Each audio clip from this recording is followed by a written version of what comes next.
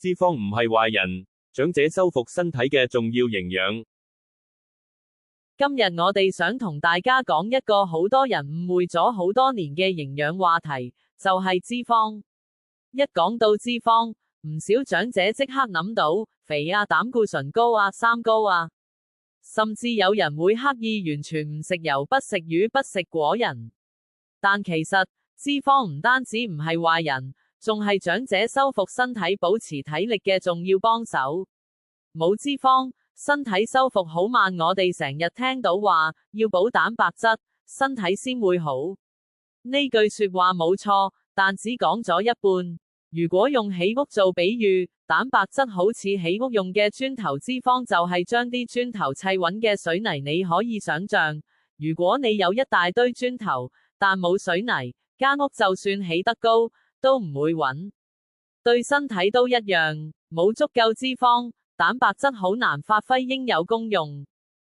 脂肪幫身體整新細胞。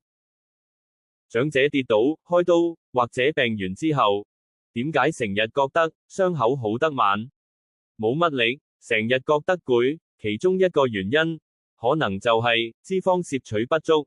我哋身體入面嘅每一個細胞，都有一層保護外殼，好似皮膚咁，保護細胞唔受傷。而呢層皮膚，主要係由脂肪組成。如果長期食得太少油，身體就會比較難整到質素好嘅新細胞，修復自然就慢。脂肪幫手控制發炎。好多長者都有關節痛、肌肉痛、慢性痛症，又或者覺得身體成日唔舒服，但又講唔出邊度痛。其實，身體修復一定會先經過一個發炎階段。適量嘅發炎係好事，因為可以清理壞細胞。問題係，發炎完之後，要識得停，而呢個叫停嘅工作，就同脂肪酸好有關係，特別係魚油入面嘅 omega-3。你可以將佢想象做一個調停員，該工作時就開工，做完嘢就叫大家收工。如果脂肪食得太少或者唔平衡，發炎就會拖得耐，痛症就容易反反复复。長者應該揀咩脂肪？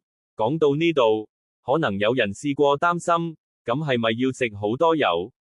唔係，重點唔係食得多，而係揀得啱。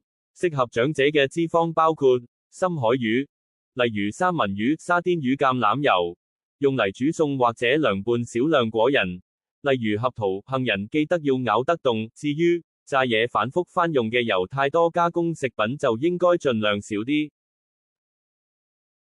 到最後，我想同大家留低一句最重要嘅說話：長者唔需要戒晒脂肪，而係要識得揀好脂肪。冇脂肪，就算食咗蛋白質，身體都修復得慢。